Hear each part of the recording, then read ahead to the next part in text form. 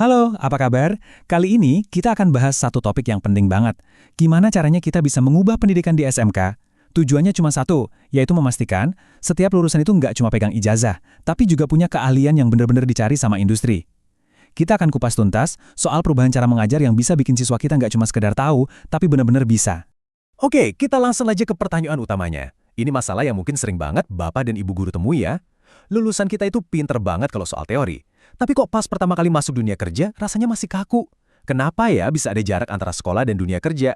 Dan yang lebih penting lagi, gimana caranya kita sebagai pendidik bisa jadi jembatan untuk mereka? Yuk, kita cari jawabannya bareng-bareng. Nah, untuk menjawabnya, kita akan telusuri 6 area ini.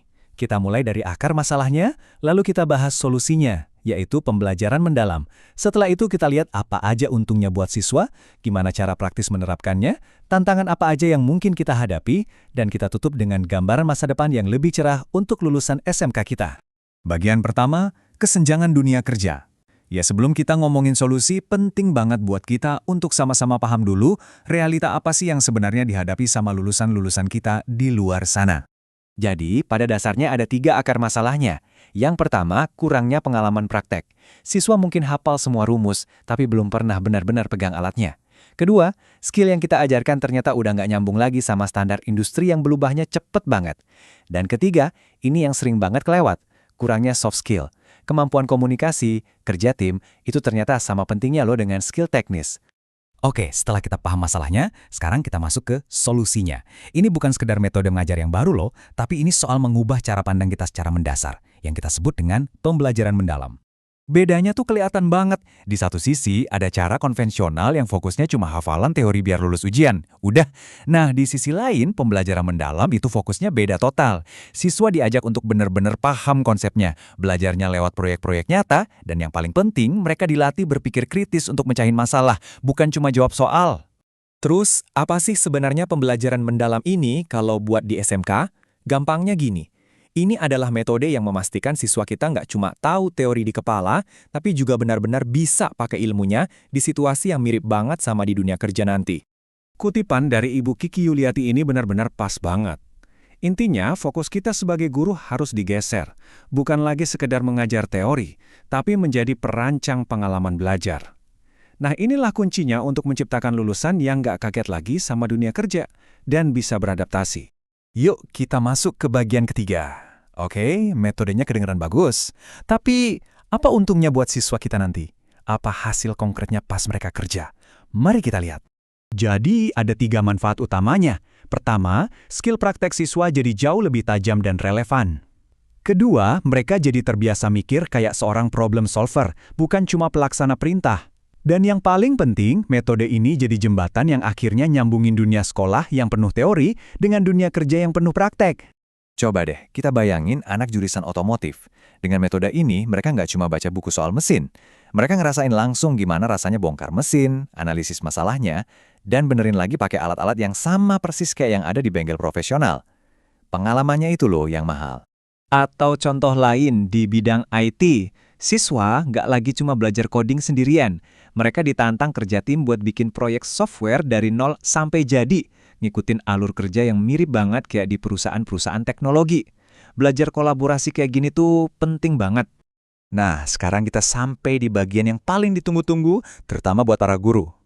Oke, teorinya sudah, sekarang gimana cara kita nerapin ini di sekolah? Yuk kita bahas langkah-langkah praktisnya.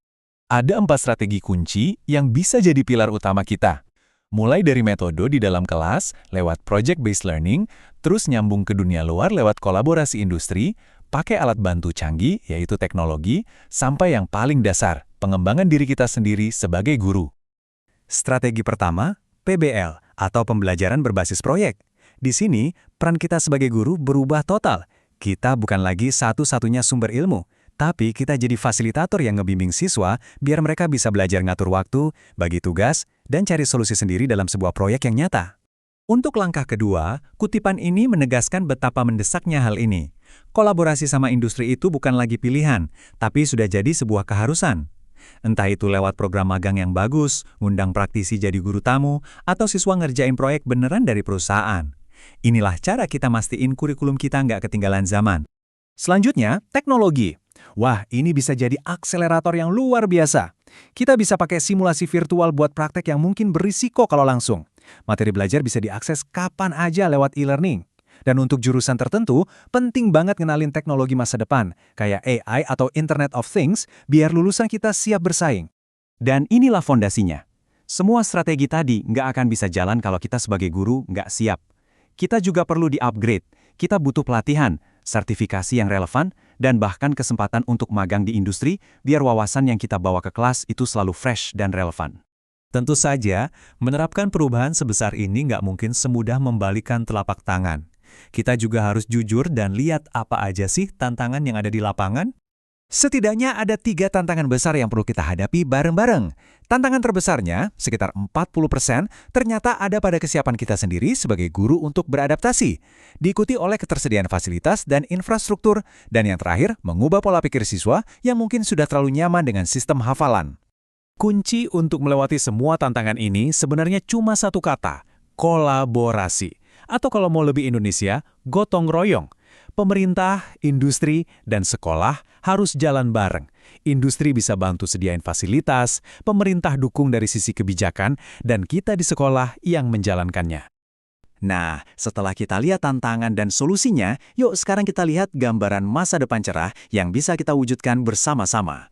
Jadi poin terpenting yang perlu kita ingat adalah ini.